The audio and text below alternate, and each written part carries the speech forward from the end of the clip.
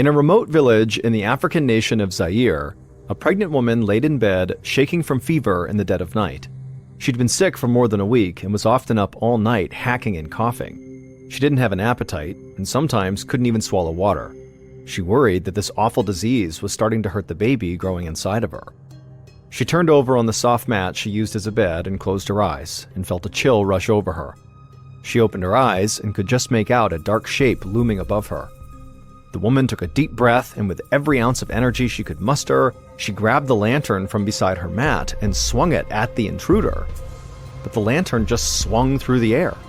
The woman sat up and looked around her single-room home, and she saw it was totally empty. She realized she had just been seeing things, but that didn't make her feel any better. The woman began to cry, but as she wiped her eyes, she looked down at her hands and she stopped. Her tears were red and sticky. She was crying blood.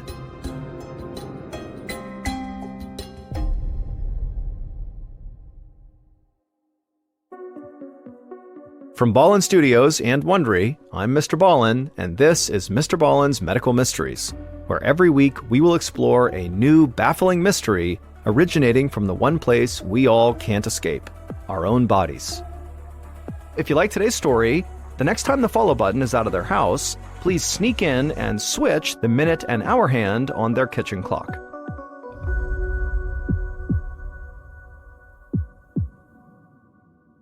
This episode is called River of Blood.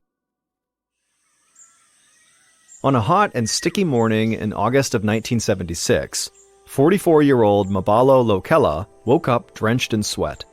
It was his first morning back in his remote village of Yambuku in the country of Zaire, and he didn't feel right. Mabalo was the school headmaster in a poor community that lacked basic necessities like phones, running water, and electricity. He could almost never afford the luxury of a real vacation, but he had spent the past 2 weeks traveling Zaire's rainforests. He'd visited friends and family and spent some time hunting rainforest game like monkeys, antelope, and Red River hogs. He'd had a great time, even though toward the end of the trip, he developed a persistent headache that developed into a fever. On the last morning, he woke up feeling shaky and nauseous, which made the long van ride back home absolutely awful. Mabalo had hoped that a good night's sleep in his own bed would help him feel better, but now, as he lay there staring up at the ceiling, he was feeling even worse. His stomach was churning and he felt a bit dizzy too. He could tell this fever was not about to go away on its own. He needed medication. The only medical care that was available was a local clinic that was staffed by Belgian nuns and a few villagers. There were no doctors, and the clinic was really just set up to provide prenatal care for pregnant women. But usually, the nuns did have enough medication to tend to the village's basic medical needs. So Mabalo dragged himself out of bed, careful not to disturb his sleeping wife. He fished a clean shirt out of his travel bag, and then made the long walk from his home down the dirt road all the way to the clinic. 20 minutes later, Mabalo felt weary from walking in the morning sun, but he could see the distinctive red metal roofs of the complex that housed the clinic just ahead. He felt grateful that these nuns from so far away had come to live in their village, especially today. He really needed their help. Once Mabalo had crossed the clinic's courtyard and stepped through the door, he felt a bit better. It was still cool inside, since the sun had not been up long enough to warm the building up yet. He looked down the row of beds, all kept impeccably tidy, and then he looked along one wall, and he saw a nurse was putting a few pill bottles into a row of beat-up supply cabinets. Mabalo knew this nurse. He was a local man who was named Sakado, who worked for the nuns. Sakado waved, and then asked Mabalo what brought him to the clinic that morning. Mabalo pointed at his head and said he'd been sick with a headache and fever for days. Sakado nodded sympathetically and asked Mabalo to have a seat in one of the little folding chairs by the door. One of the nuns would be over to talk to him shortly. As soon as Mabalo sat down, he closed his eyes and leaned his aching head back against the cool cement wall. He was lost in a daydream when he heard the click of footsteps on the clay tile floor, and then a soothing voice spoke his name. He opened his eyes to greet a short Belgian nun in a white linen dress. The nun pulled down the cotton face mask she was wearing and introduced herself as Sister Adela. She beckoned him over to one of the beds and told him he was welcome to lie down while she took his vitals, and so Mabalo happily obliged. After a quick exam, the nun told MrBallen that he probably had malaria, a disease carried by mosquitoes that runs rampant in much of Africa. It's usually characterized by fever and flu-like symptoms, just like MrBallen had. And so, Sister Adela moved over to the worn cabinets along the wall and pulled out a syringe that was full of clear liquid. She explained that the liquid was a medication called quinine, which treated malaria. Sister Adela gently stuck the needle into MrBallen's left arm and then pushed the medicine inside of him, and then she set the syringe aside and put a bit of cotton over the drop of blood from the needle. She told MrBallen to go home and take a nap, and he'd be back to normal in a couple of days. MrBallen thanked her, then slowly stood up and made his way out of the clinic. 8 days later, MrBallen's wife, Mbuzu, spooned some broth into a bowl and set it beside the bed she shared with her husband. She tied her long braids with a strip of leather and slipped into her shoes by the door. Her shoes looked miniature next to MrBallen's shoes. He towered over her when they stood side by side. But now, as he was curled up in bed, she thought he looked so small. MrBallen was still sick despite having gone to the clinic. In fact, after visiting the clinic, he came back and developed diarrhea and was vomiting so much that Mbuzu thought that he must be dangerously dehydrated. Her husband was so weak he couldn't even get out of bed. Mbuzu knew she needed to get her husband more help, so she told MrBallen she'd be right back, and she started walking to the clinic herself.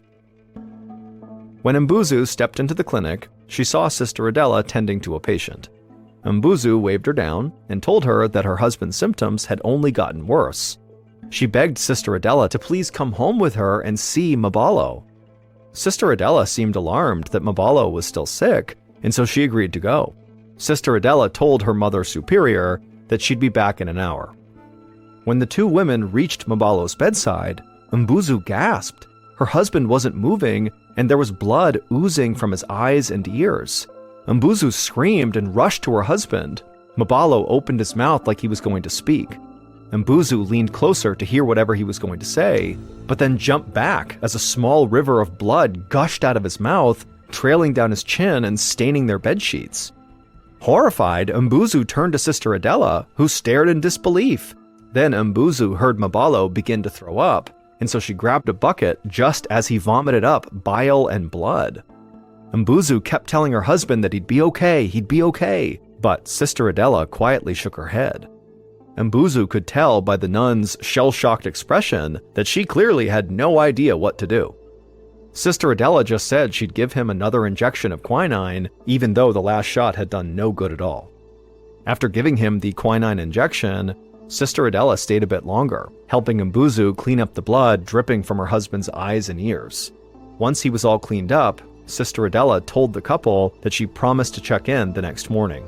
But as she left, Mbuzu began to worry that tomorrow might be too late. A few days later, on September 7th, 1976, Mbuzu held her husband's hand as he took sharp, labored breaths. Sister Adela's quinine injections had not done anything. MrBallen was still unbelievably sick, his eyes had not stopped bleeding, and his saliva was red with blood. Mbuzu could hear blood gurgle in her husband's throat as he struggled to get air. She squeezed his hand helplessly until she heard her husband stop breathing. Suddenly, Mbuzu felt a terrible emptiness. Her husband was dead. She wrapped their bedsheet around MrBallen, letting her tears fall onto his motionless body. A few hours later, Mbuzu stooped over MrBallen's body alongside the women of MrBallen's family and some of Mbuzu's closest friends. Their front yard was full of neighbors and loved ones who came to sit with Mbuzu as she grieved. Despite her grief, Mbuzu felt touched by how many people mobilized to support her. Mbuzu and the other women washed MrBallen's body and wrapped him in a clean burial shroud. This was the funeral tradition in their village. Tomorrow, the men in the village would move MrBallen to the graveyard to be buried. A few days later, on the morning after MrBallen's funeral, Mbuzu awoke feeling totally exhausted.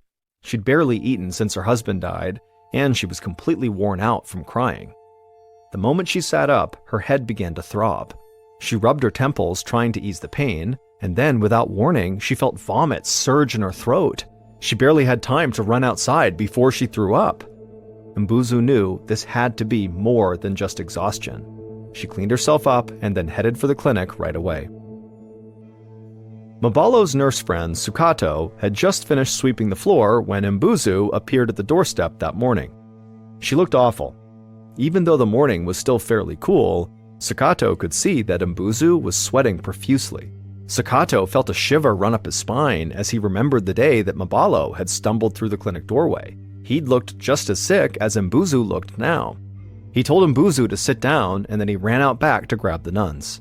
Sukato came back inside with Sister Adela, and together they led Mbuzu to a bed.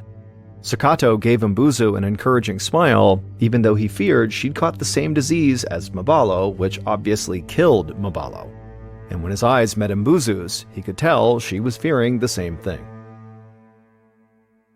A few days later, in mid-September, Sukato was at work, busy refilling syringes with quinine, the malaria medicine. Behind him, Mbuzu's mother, sister, and daughter were all lying in clinic beds alongside Mbuzu. All of them were suffering from the same high fever and persistent headache. Mbuzu's mother had started hallucinating, especially at night. Sometimes when she was sleepy and her fever was spiking, she'd say that her dead son-in-law was standing in the clinic.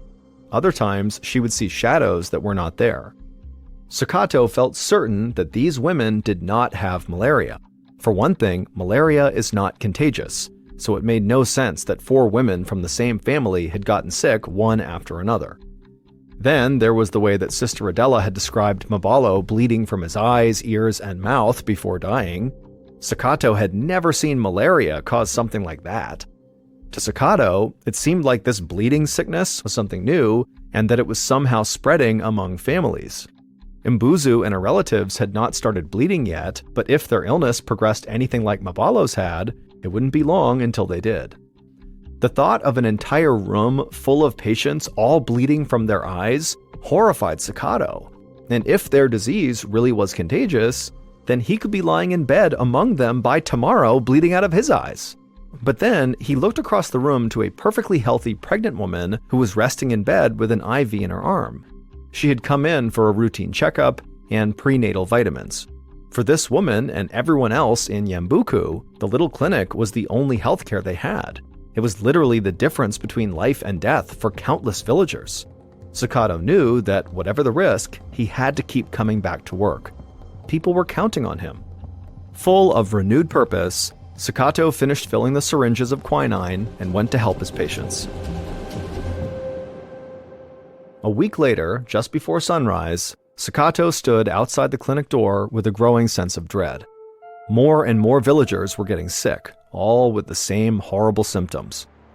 21 people had come to the clinic with this disease so far, and every single one of them had lingered in bed, unable to eat or drink, growing so weak that they could barely lift their heads, until finally, around the 10-day mark after getting sick, blood would start leaking from their ears and eyes. Some patients had red-stained teeth from all the blood pooling in their mouths.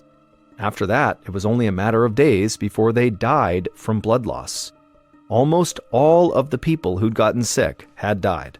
Mbuzu had lived, but she lost her entire family. At this point, only 4 patients remained alive in the clinic. And the outbreak was far from over. 2 days ago, one of the pregnant women who came for prenatal vitamins began bleeding. Sukato had tended to her himself, knowing that if the mother died, her baby would too.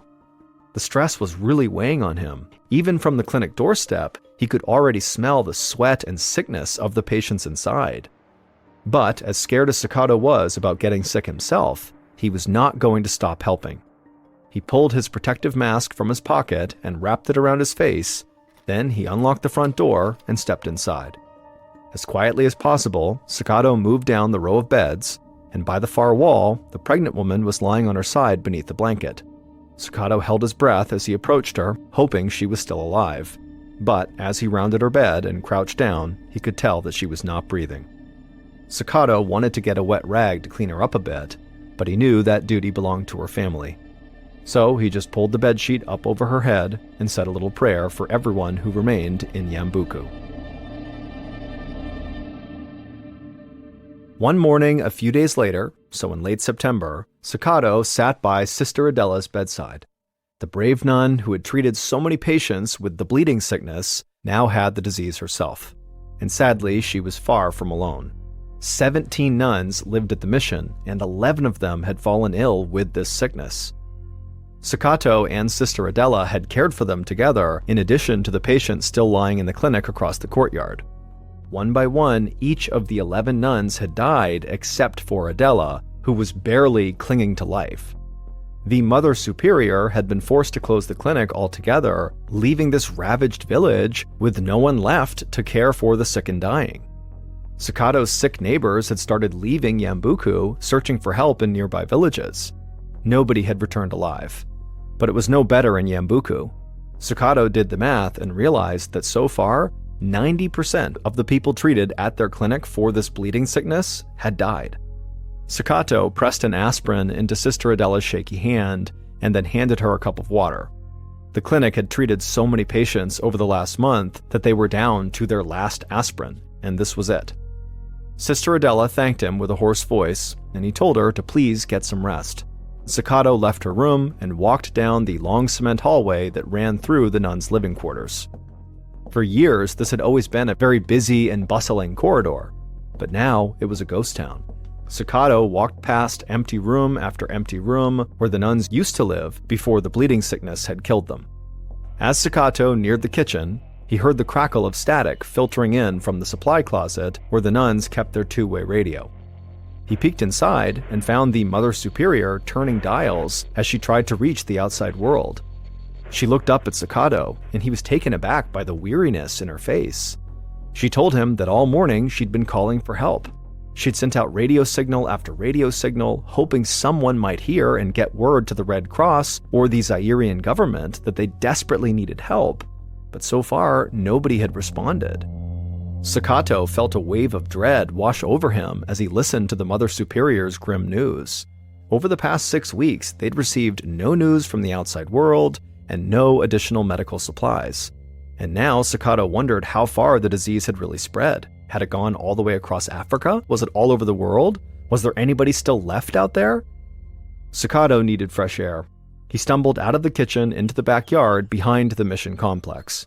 Nearer to the tree line, there was a row of 11 white crosses marking the dead nuns' graves. Sakato had helped dig those graves. He imagined Sister Adela lying there on the edge of the jungle beneath her white cross, and now he wondered who would dig his grave when he eventually caught this sickness and died too. And then, almost like clockwork, a wave of nausea overtook him. Sakato hunched over and vomited on the ground, and when he looked down, his vomit was full of bile and blood. He had finally caught the bleeding sickness. About a week later, on the last day of September, Sakato was laying in bed staring at the ceiling. Because the clinic was shut down, he had just quarantined himself at home. Sakato had not left his bed for days, and he felt incredibly weak, but so far, he had not begun bleeding from the eyes or ears. He was determined to stay alive through sheer willpower.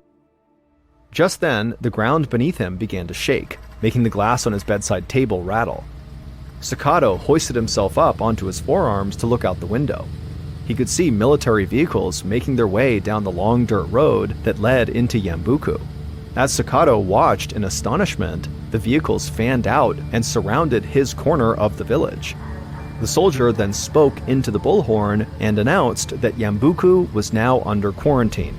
Nobody was leaving or coming back.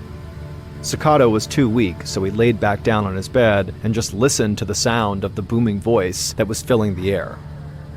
The soldier continued and said that people in 50 surrounding villages were now also experiencing the bleeding sickness. Even people in the capital city of Kinshasa, 700 miles away, were showing symptoms.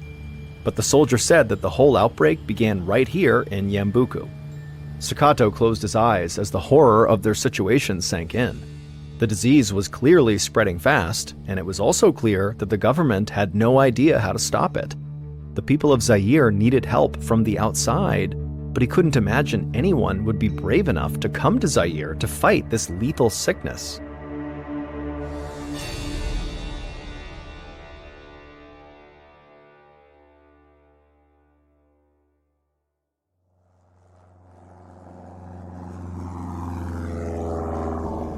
A week later, a 27-year-old Belgian scientist named Peter Pio felt a rush of anticipation as he stepped off a plane onto an airstrip located 75 miles from Yambuku. It was a little more than a month after the first victim of the bleeding disease, MrBallen Lokela, had died. Peter was part of an international team of scientists and doctors sent to try to stop the disease before it spread beyond Zaire. Peter looked around the airstrip, taking in the lush green rainforest that hummed with plant and animal life. To him, it was the most beautiful landscape he'd ever seen. It was totally unlike anything in his native Belgium. Peter turned to help his teammates, who were all collecting their luggage from the belly of their little plane. Peter had to admit that he was not nearly as qualified for this assignment to go stop this disease as his teammates were. Peter had only recently graduated from medical school. However, he'd crammed in as much research as possible before he left Belgium. He learned about using protective equipment, taking samples in the field, and how to take and test blood samples. A few days earlier, the American Centers for Disease Control, or CDC for short, had confirmed that the bleeding disease plaguing Zaire was caused by a virus no one had ever seen before. Nobody knew where this virus came from or how to treat it, but they did know where they needed to start the investigation. Nearly 1/4 of the 300 or so cases across the entire country were reported in Yambuku. So Peter and his more experienced teammates knew that their journey would start right there. Peter was last to collect his bags from inside the plane. He told the pilot they were good to go, and the pilot shouted adieu as the plane took off. It occurred to Peter right away that in this part of Africa, people didn't really say adieu, they would say au revoir to say goodbye, which was French for see you again. But the pilot had just said adieu, which simply meant goodbye, as though he did not expect to see Peter or his colleagues ever again. Peter swallowed hard. There was no going back now. So he hoisted his bag up onto his shoulder and then followed the rest of his team off the airstrip toward a line of waiting Land Rovers. 4 hours later, from the back seat of a Land Rover, Peter saw a group of small wooden houses with thatched roofs in the distance. He knew that it had to be Yambuku. As they reached the center of the village, the Land Rover stopped. It took a moment for Peter to see why the drivers had pulled over. The road into the clinic compound was blocked. Hospital gauze was draped across the entrance to warn people to stay away. On a tree nearby, a sign had been nailed up. It read, quote, "Please stop. Anyone who crosses here may die," end quote. Peter could feel the mood in the Land Rover shift, as though the gravity of this situation was now truly sinking in. But nobody said a word, so Peter decided to take charge. He jumped out of the Land Rover, stepped over the gauze barricade, and began walking toward the clinic. As he approached, 3 nuns came rushing out, yelling at him to stop. But Peter kind of held up a hand, and he told the first nun that came up to him that they were doctors, and they were here to help figure out what was causing the bleeding sickness. Peter was touched by the look of utter relief on the nun's face. She said her name was Sister Marcella. She told Peter that for the past 2 weeks, the clinic had just been closed, and the remaining living nuns were simply praying for an end to this horror. She said that she and the others would do whatever she could to assist them, and motioned for Peter and the others to follow her inside the clinic. Peter carried his bag through the empty clinic and out into the courtyard. As the rest of the team got busy setting up a work camp, Peter asked Sister Marcella if they had any records of the patients who'd gotten sick from this disease and died. She nodded and promised to give him all her notes on the 70 victims from Yambuku, 63 of whom were now dead. Peter could hardly contain his shock. He'd known the disease was bad, but hearing the death toll out loud was staggering. 2 hours later, as the nuns cooked dinner, Peter and his team huddled around a table in the courtyard. Peter listened as the lead doctor explained their mission. The next morning, they would head out into the countryside looking for victims. They needed to talk to sick people and their families about when and where they got the disease, and then collect their blood for analysis. Peter was hoping that after a few days of interviews and testing samples, they could get an idea of how this disease was spreading. He felt energized again as he got up from the table and helped the nuns carry dinner out to his team. The next morning, Peter and 3 teammates drove west along a red dirt road on their way to visit nearby villages. Peter was struck again by how lush and green everything was. He loved listening to the sounds of insects and birds humming in the growing heat. It was easy to forget why he was there. But a reminder came soon enough when their Land Rover encountered a big pile of logs blocking the road about an hour west of Yambuku. The nuns had actually warned them about this. Most of these surrounding villages had blocked off their roads to keep out the people who had this bleeding sickness.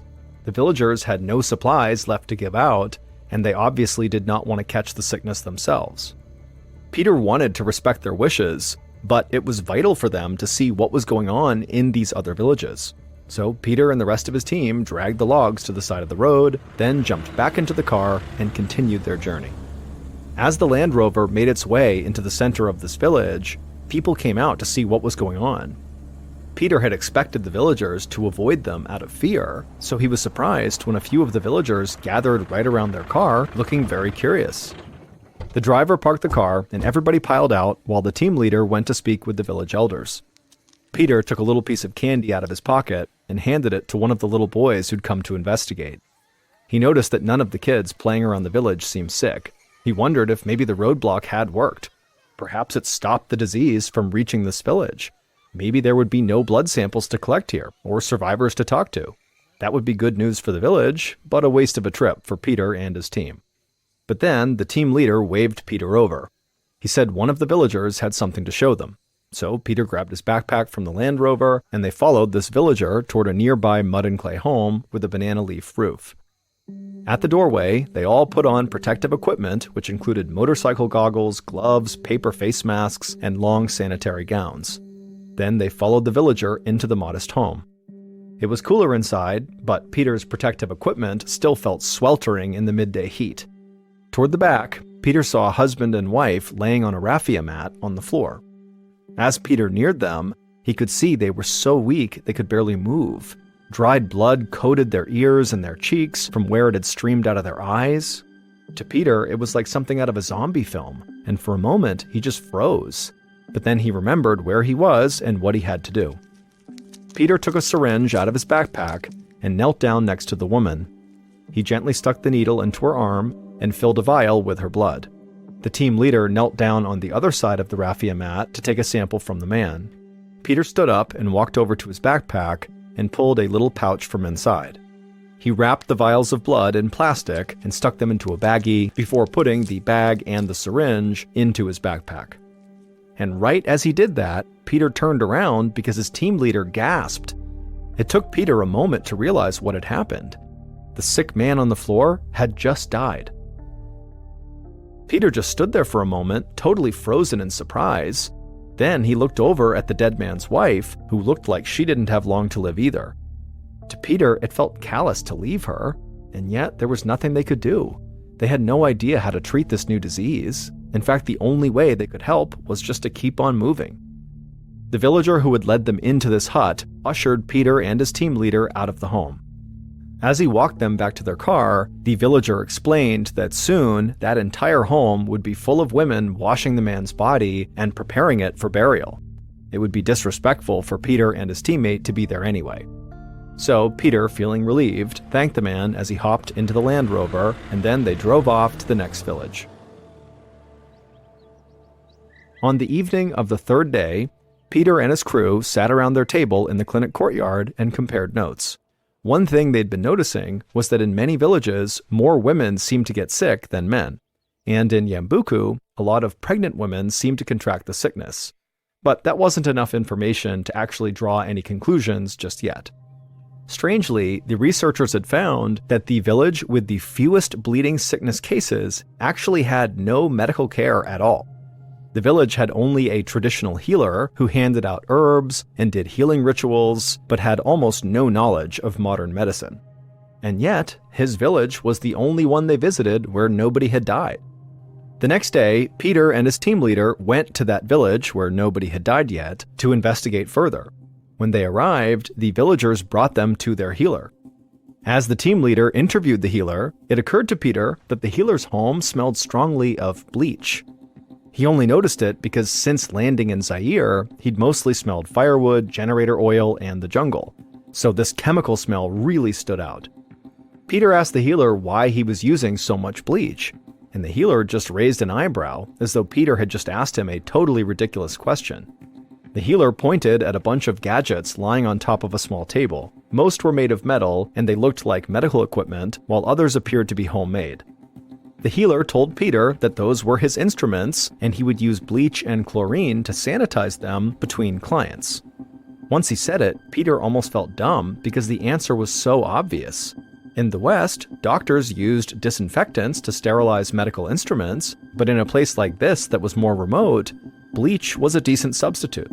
Peter made a note of this in his journal. That evening, when they arrived back at the clinic in Yambuku, Peter followed Sister Marcella through the clinic, watching as she tidied up the space. He knew that she had seen this disease much more than they had, and so maybe she knew something that he and his team had not thought to ask about.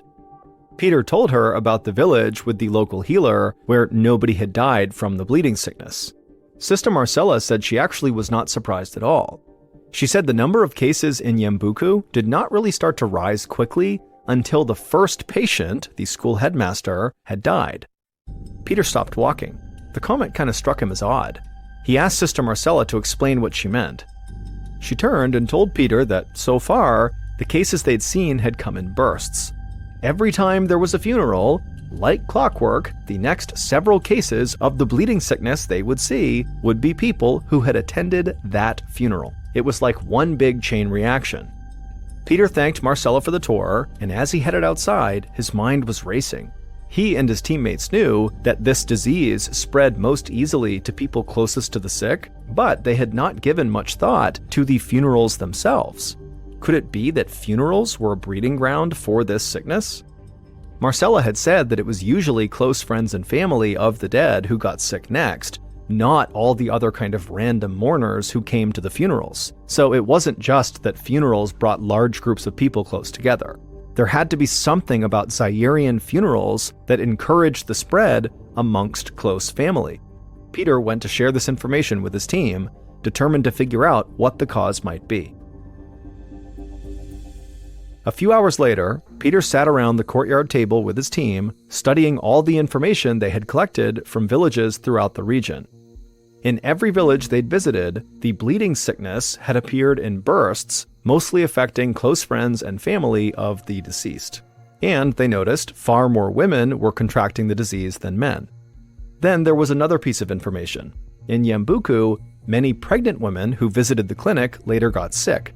These pregnant women were just about the only ones to get the disease who had not recently been at a funeral for a close family member. Now, Peter and his team knew two things for certain. Something about these funerals was making people sick, and there was something unique about Yambuku that was giving the disease to pregnant women. Peter and his teammates talked into the night, but they just couldn't figure out what the connection was. It was like the explanation was staring them right in the face, but they just could not connect the dots. Peter rubbed his eyes, fighting off sleep. He did not want to give up and go to bed yet. So he stood and offered to make some coffee, and everyone agreed. Nobody was ready to call it a night. A few minutes later, Peter rummaged through the small kitchen in the nuns' living quarters, looking for the coffee. Then he heard footsteps behind him and turned to see the clinic's nurse, Sakato, carrying a tray of food. Peter had met Sakato several times and really liked him. Peter also knew that Sakato was one of the very lucky 10% of people to survive the bleeding sickness. So, to Peter, Sakato was like a walking miracle. Sakato also seemed to know just about everything, and he was always so eager to help. Peter asked Sakato if he wouldn't mind helping him find the coffee. Sakato smiled knowingly and then reached into one of the tall cabinets and pulled out a glass jar. That's when Peter had a thought. He asked Sakato to walk him through the procedure for when pregnant women came to the clinic for prenatal care. Sakato could do it in his sleep. He'd seen the nurses do it 1,000 times. He motioned for Peter to follow him into the clinic. There, Peter watched as Sakato walked to the counter in the back of the clinic and opened up one of the drawers. He withdrew 5 syringes and then told Peter that these were the 5 needles that they used to treat their patients: vitamin shots for expecting mothers and quinine shots for malaria patients. Sakato said they cleaned these needles every evening to keep them in good working order.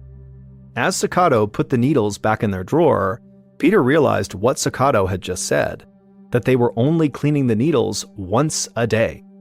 He blinked, trying not to seem too alarmed. He clarified with Sakato that the clinic used the same needles between pregnant women and bleeding sickness patients, and Sakato said yes, especially in the beginning when the nuns thought everybody just had malaria. Peter was dumbfounded. That meant healthy pregnant women who had come to the clinic to get a vitamin shot were likely being injected with tiny droplets of blood from people who had the bleeding sickness. No wonder so many pregnant women and their babies were dying in Yambuku. They were being directly injected with the disease by their nurses. The thought of it made Peter sick. Peter remembered the healer whose home smelled like bleach. He had been actually sterilizing his instruments between patients, and so that was why the bleeding sickness had not spread in his village. Now the wheels in Peter's brain were really turning. He thought back to the man who died right as they took his blood sample during the first week in Zaire. The villager who'd taken them there had said the women in the dead man's family had to wash his body for burial right away. And right then, Peter's eyes went wide as he had this sudden realization. He thanked Sakato and hurried right back out to the courtyard where his teammates were working, because he had a vital piece of information he needed to share with them. Peter and his team soon realized that the bleeding sickness was spread through contact with bodily fluids. In Zaire, part of the funeral custom was for the women in the family to wash the body of the deceased immediately after death. The virus was still very much alive on the dead body and spread when loved ones came into contact with bodily fluids such as blood. Meanwhile, the pregnant women in Yambuku were getting this disease from contaminated blood on the syringes used for their vitamin shots. As Peter and his team researched the disease further, they soon discovered that this lethal virus was originally confined to animals like chimpanzees and fruit bats.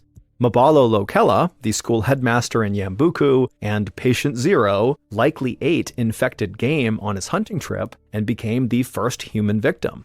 His wife Mbuzu and her family then caught the virus while preparing his body for burial. By the time Peter and his team learned how the bleeding sickness spread, nearly 300 people across Zaire and neighboring southern Sudan had died. But the spread was stopped thanks to the villagers' self-imposed quarantine and medical information being shared widely about the danger of sharing needles and touching bodily fluids.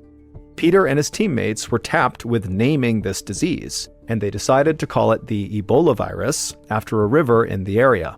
They thought about naming it Yambuku, but they didn't want to stigmatize the village. Since 1976, there have been more than 38 outbreaks of Ebola and over 15,000 deaths. Now, there is a vaccine for a particular strain of the Ebola virus, but as of today, there is still no cure.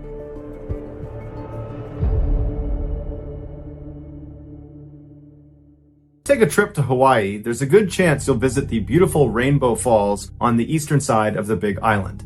But if you travel less than a mile upstream of those falls, you'll find an equally beautiful attraction that far less people know about, and it's called the Boiling Pots. 10,000 years ago, after a volcanic eruption, lava was flowing down the side of the mountain when it entered the Wailuku River. As the lava gradually cooled, the river water flowing all around it wound up carving out these standalone pools of water that were connected by a series of small waterfalls. These pools collectively make up the boiling pots, and they get their name because periodically the water in these pools appears to be boiling. Tourists at the boiling pots are allowed to look at the water from a safe distance on this cement overlook, but under no circumstances are allowed to actually enter the water. In 2015, Jolie Ricewig was a 62-year-old woman living in Kona, Hawaii, which is on the western side of the island. There, she owned a bed and breakfast whose main allure was that guests at this bed and breakfast got to go on these fun adventure tours with Jolie all over the island.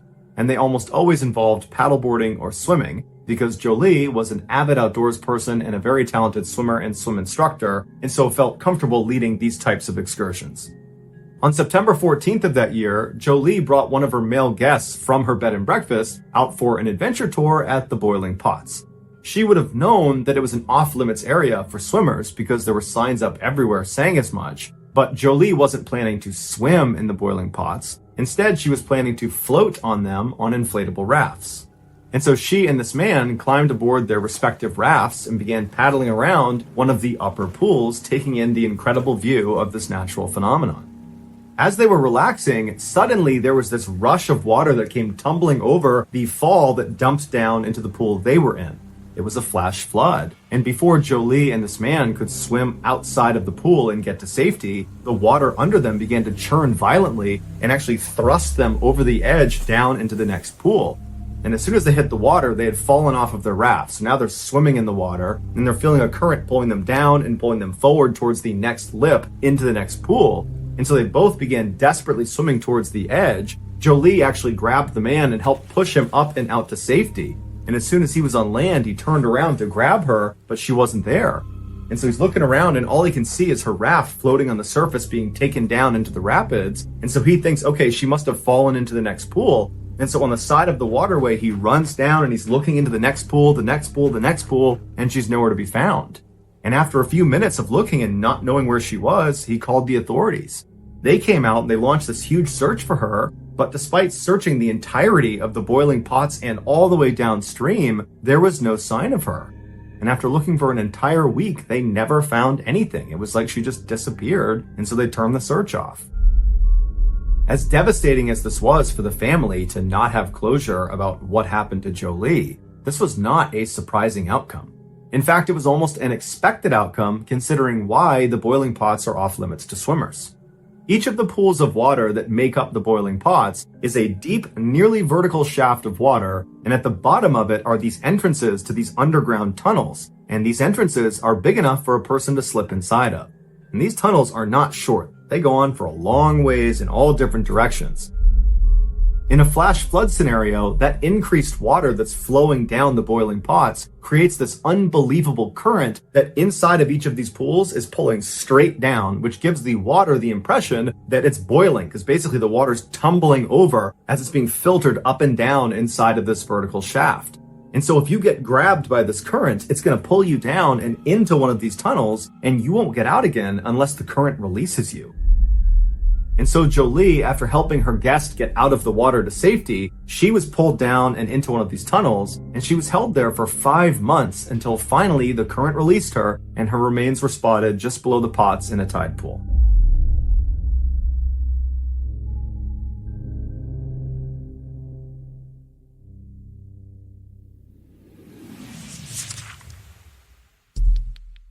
Our next story is called Out on a Limb.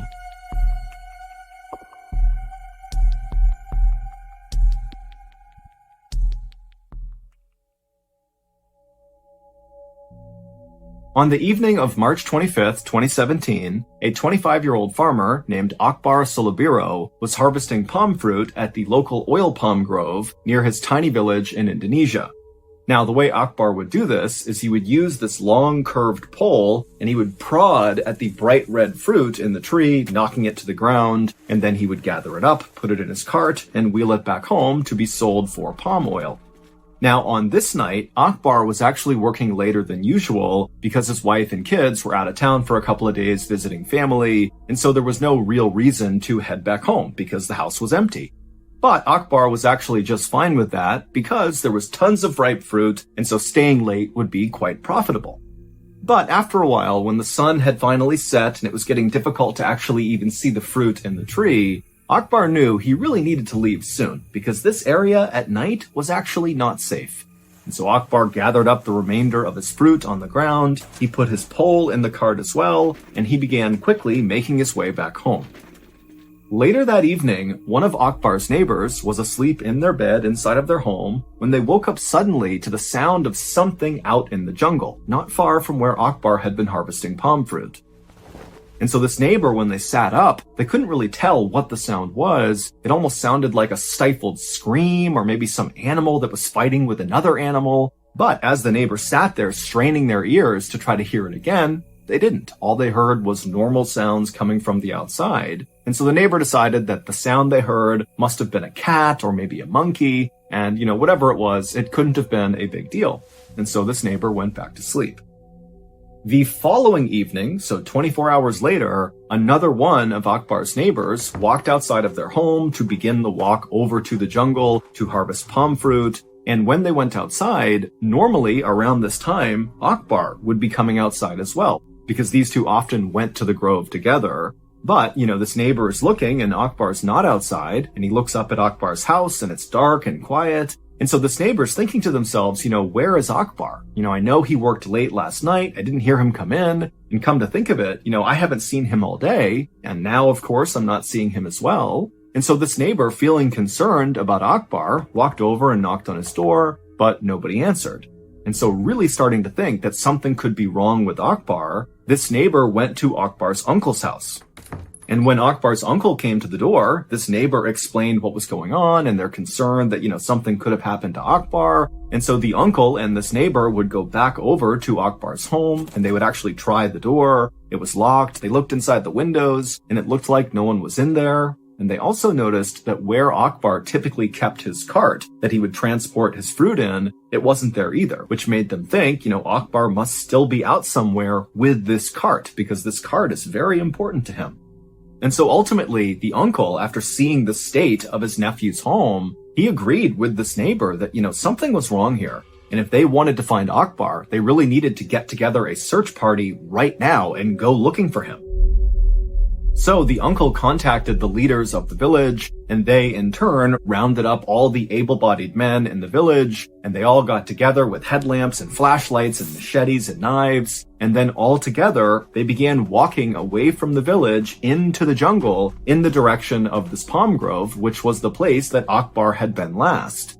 And so this big group of men, they get inside the jungle and they begin walking along this path, which was the most likely path that Akbar would have taken to go to the palm grove and also to return from the palm grove. And as they're walking, the sun is starting to set, it's getting dark, and the animals in the jungle, they're all making noises and kind of yelling at this group as they're moving through. And this group, they're shining their light around looking for any sign of Akbar, but there wasn't any. They were calling his name out, there was no response. And then at some point, as they got closer to the palm grove, they noticed there were a couple of bright red fruits, palm fruits, that had clearly been recently harvested that were scattered on the trail. And so the group began to fan out in this area, thinking that, oh my goodness, Akbar must be somewhere nearby. Maybe there was some sort of accident and he's fallen somewhere, or just something's happened to him, but he's got to be in this area. And so the group began fanning out off the trail, kind of hacking their way through all the underbrush. And then suddenly, one of the men, after he hacked through a particularly dense stretch of the jungle, he looked down and saw something and began to scream, and he raised his machete and began running forward. As far as we can tell, this is what happened to Akbar. The previous night, after Akbar had decided, it wasn't safe to be in the jungle at night, he needed to leave, and so he gathered up all of his things and he began walking along that path where the search party would find all that fruit scattered on the trail. And so he's walking along this path, and he thinks he's alone, he thinks he's okay, but in reality, he wasn't. He was being watched and followed very closely from something up in the trees. And so as Akbar moved along, this thing was kind of trailing him and seeing what he was going to do. And then at some point, this thing up in the trees began moving its way down closer and closer to Akbar. It was a 23-foot-long reticulated python. It was a massive snake. And this snake came down and launched an attack on Akbar, grabbing the back of his neck with its powerful jaws. And as soon as the snake clamped down on Akbar's neck, he let out a stifled scream, which was the scream that had woken up that other neighbor who sat up in bed wondering what that was. That was Akbar screaming out. But that was the only sound Akbar could make, because immediately the snake wrapped itself all around Akbar and squeezed him tight. And after crushing Akbar, breaking almost every bone in his body, the snake relaxed and then slithered off of Akbar. And so Akbar fell to the ground and was either dead or very close to death. And at this point, the snake opened up its jaws and positioned itself right in front of Akbar's head. And then it began kind of slithering itself forward, consuming Akbar head first. And the way pythons do this is they don't really chew on their victim. Instead, they kind of put their mouth over the top of whatever they're going to consume, and they kind of undulate and walk their bodies forward, driving the victim deeper and deeper into their body until they are completely consumed. And so the next night, when one of the members of the search party had gone off the trail and began hacking away and then saw something and charged after it with his machete, What he was seeing was the python, who very clearly had a person inside of its stomach. You could see the outline of the person. And so this search party member ran forward and hacked the snake, opened it up, and there was Akbar fully dressed and deceased inside of the snake.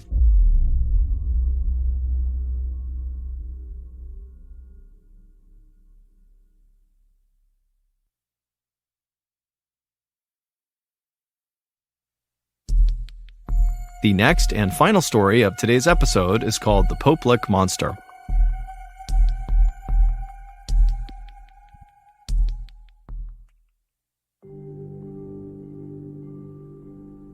While she was in high school in Dayton, Ohio, Raquel Bain became known as a bit of a thrill seeker, primarily because she would do something called car surfing, which is exactly what it sounds like. She would climb onto the exterior of cars and hold on to the roof while somebody else drove it around.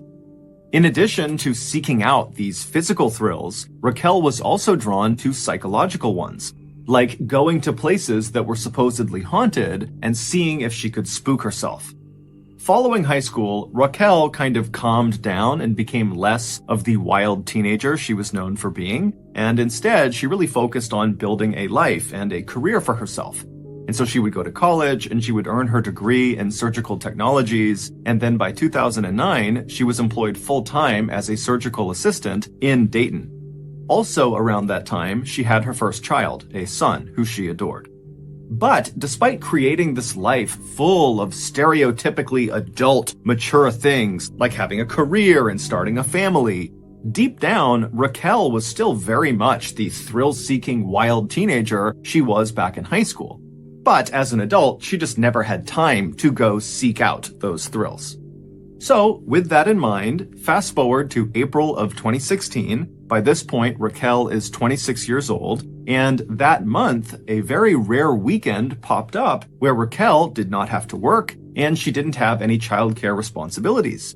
And so, wanting to take advantage of this free time, Raquel asked her boyfriend, 41-year-old David Nee, if he would join her on a road trip that weekend to Louisville, Kentucky, where Raquel wanted to check out the infamously scary Waverly Hills Sanatorium. Back in the 1900s, Waverly Hills was a place where tuberculosis patients were sent. Tuberculosis, or TB for short, is an infection of the lungs, and it can be deadly. Today, there's a cure for it, but back in the early 1900s, there wasn't. And so most of the people who went to Waverly Hills died there, and usually very slowly and painfully, and in total isolation from their families, because in virtue of being sent to Waverly Hills, they were effectively being quarantined to stop the spread of the disease. Waverly Hills would eventually shut down permanently in 1961 because by that point the cure had been found, and after it shut down, the building basically just sat there. Nobody else came in and turned it into anything else. And so this building is basically abandoned, and lots of people began sneaking in to see what it was like in there, and a shocking number of these trespassers reported seeing ghosts inside. Today, the sanatorium is still very much in the same condition it was left in, but the Waverly Hills Historical Society has stepped in and made it very hard for people to sneak into the building. However, knowing people do want to go in and look around, the Historical Society has begun offering guided tours of the sanatorium. And these tours are given exclusively at night to increase the spooky effect. And so David, who had only been dating Raquel for a month when she asked him to come with her to the sanatorium, he was not really that keen on doing this. It did not really appeal to him to go walking around this totally terrifying place. But he could tell it was important to Raquel, she was really excited about it, and so he agreed to go. A few days later, on the late afternoon of April 23rd, the new couple left Raquel's place, they climbed into the car, and they began driving south. 3 hours later, they arrived in Louisville and they stopped to get dinner. And then after they were done eating, they looked at the time and realized it was only about 6:45 p.m. And the tour they had scheduled at the sanatorium was not until 10 p.m. So they had a few hours to kill. And before David could suggest anything, Raquel already had the perfect idea of how they should kill this time. She told David that earlier that day she had learned about a spot just outside of Louisville that might actually be more terrifying than the sanatorium they had come all this way to see. And so Raquel wanted to spend these few hours checking out this new spooky spot. This spooky spot was a rickety old, narrow, abandoned-looking bridge called the Pope Lick Trestle. It's located just east of downtown Louisville in this heavily wooded area. The bridge is about 800 feet long, and at its highest point, right in the middle of the bridge, it's about 90 to 100 feet off the ground. And this bridge connects the tops of two of the bigger rolling hills in the area. But the bridge's physical appearance has nothing to do with why it's considered so spooky. The reason the Pope Lick Trestle has become a central part of Kentucky folklore is because locals say there is a monster called the Pope Lick Monster that lives underneath the bridge. It's half goat, half man, and when anyone is near this bridge at night, this monster is supposed to come out from underneath this bridge, and then what happens next is very ambiguous. It kind of depends on who you're talking to. But generally speaking, once the Pope Lick Monster has emerged and it sees you, you're dead. Now, how you die ranges from the monster leaping out and attacking you with an axe to the monster using some sort of mind control to lure you up onto the bridge where you leap off. David, after hearing this suggestion, was again not really that keen to go do this really terrifying sounding thing, but seeing the excitement in his girlfriend's face, he agreed to go. And so the two left the restaurant, they climbed back in the car, and they drove for about 15 or 20 minutes to the Pope Lick Trestle Bridge. The bridge actually passed over a relatively main road, and so the couple parked just off the side of this main road. And then once they were outside, they began looking for a pathway up this hillside to get up to the bridge. And very quickly, they found a well-worn dirt path that snaked up the side of this wooded hillside that looked very much like it would bring them up to the bridge. So with Raquel in front and David behind her, they began walking up this dirt path. And as they're walking, they start to see signs that clearly say, "No trespassing." But they ignore them because they're looking at this path thinking, okay, lots of people clearly come up here, so we've got to be okay. And so they keep on walking up this path and they're getting closer and closer to the top of this hill where they think it's going to connect with this bridge. And right as they're getting close, they see there's this huge chain link fence, this 8-foot tall chain link fence with barbed wire across the top that extends in either direction out of view. And so the couple walks up to this fence and there are more signs that say no trespassing, private property, and there are additional warning signs saying that what is on the other side of this fence is also just plain dangerous, so turn around and leave.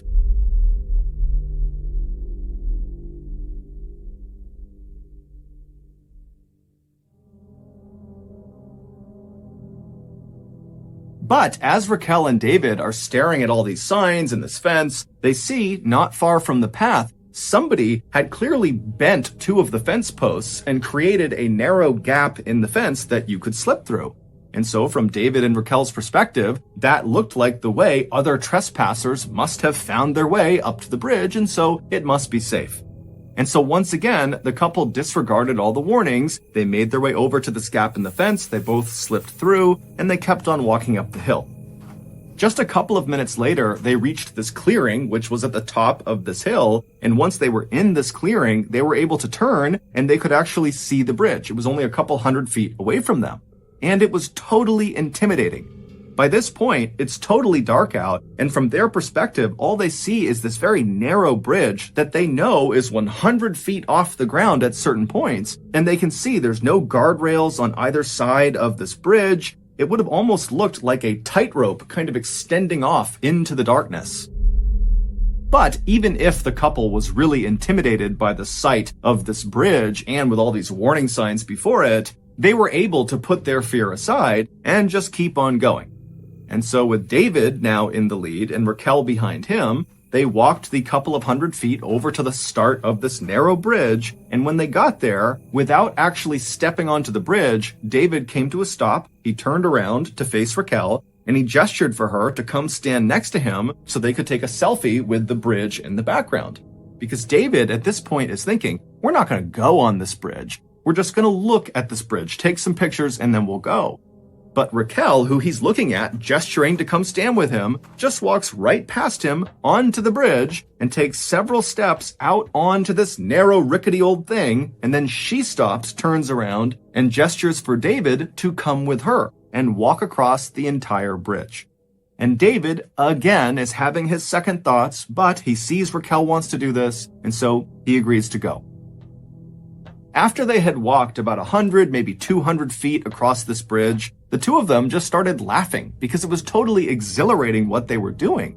Not so much the quest for the Popelik monster, but rather the very real risk they were taking walking this tightrope bridge in the middle of the night. The couple would continue to very cautiously but quickly make their way across this bridge, and when they reached about the halfway point, when they were at the highest point from the ground, the bridge itself begins to shake.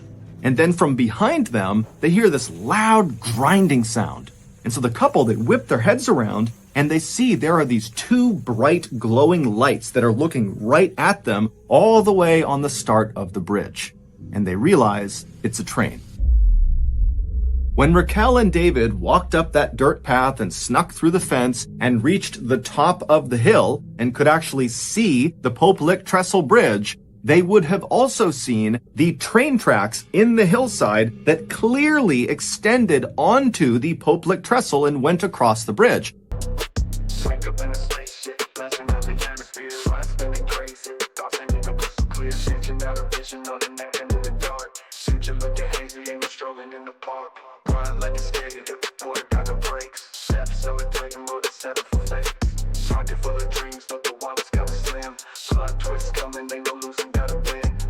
On the sunset, grinding from the sunrise, looking like a wild card, money in the sky, something like a canvas, mixing beats in the lab, recipes hitting harder than a right hook jab, night flows weary, murky like a bog, trying to find a signal through the lyrical fog, ink on the paper, tales from the crypt, words cutting deep, sharper than the script, when the dark sinks and can keep a many days, breaking up the matrix, tearing up the page, life's a blank canvas, painting in the dark, when the thoughts rise and you finna leave a mark, when the thoughts chase and can keep a minute page, breaking up the matrix, tearing up the page, life's a blank canvas, painting in the dark, when the thoughts rise and you finna leave a mark, fast lane living, fuel injected dreams, engine red line and split it at the seams, gold chain swinging, rapping through the struggle, light hitting prisms, diamonds in the rubble, lost in translation, speaking creepy tone, wisdom from the ancients, feeling hella young, mixing up potions, serving on the track,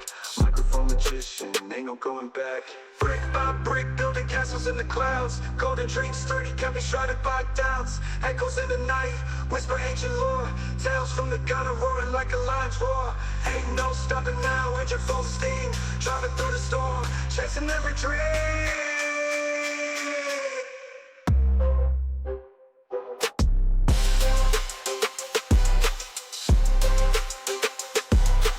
This was a train bridge. They would have seen that. But it's assumed that the couple, who didn't live in the area and so didn't know much about the Popelik trestle, it's assumed they thought, well, this is a train bridge, but it's got to be abandoned. It certainly looks abandoned, and it does. It looks totally old. It does not look active, even though it is. Or the couple thought, well, this is just an old train bridge. It might be active, but surely no train is going to come through anytime soon.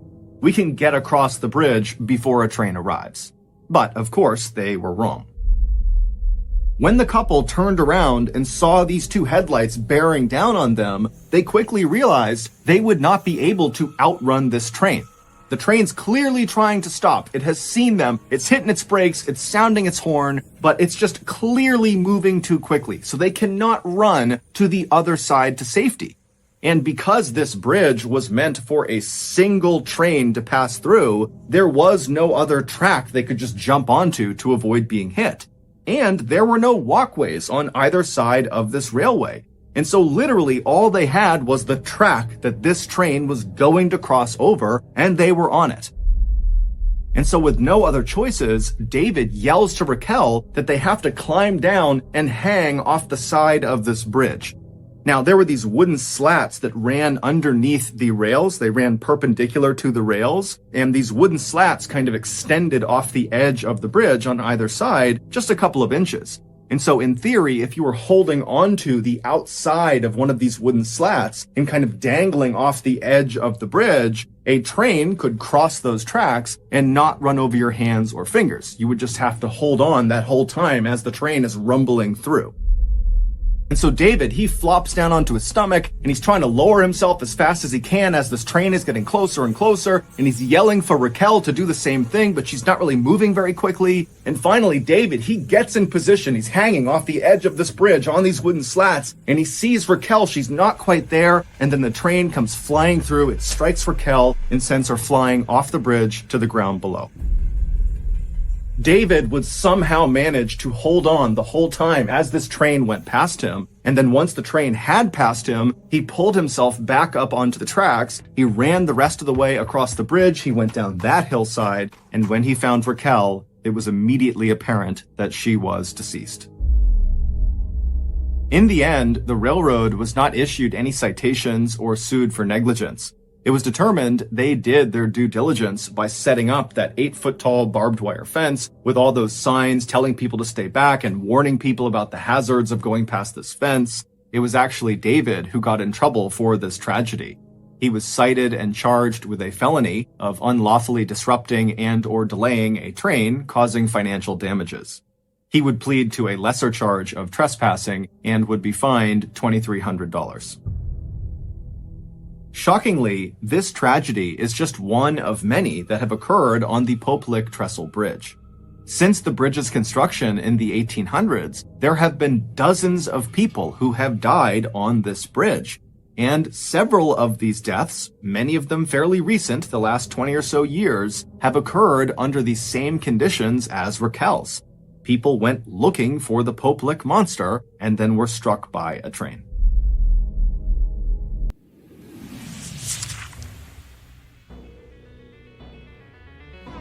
Thank you for listening to the MrBallen podcast. If you enjoyed today's stories and you're looking for more bone-chilling content, be sure to check out all of our studio's podcasts, Mr. Ballen's Medical Mysteries, Bedtime Stories, and Runful. Just search for Ballen Studios wherever you get your podcasts and you'll find them all. Also, there are hundreds more stories like the ones you heard today, but in video format on our YouTube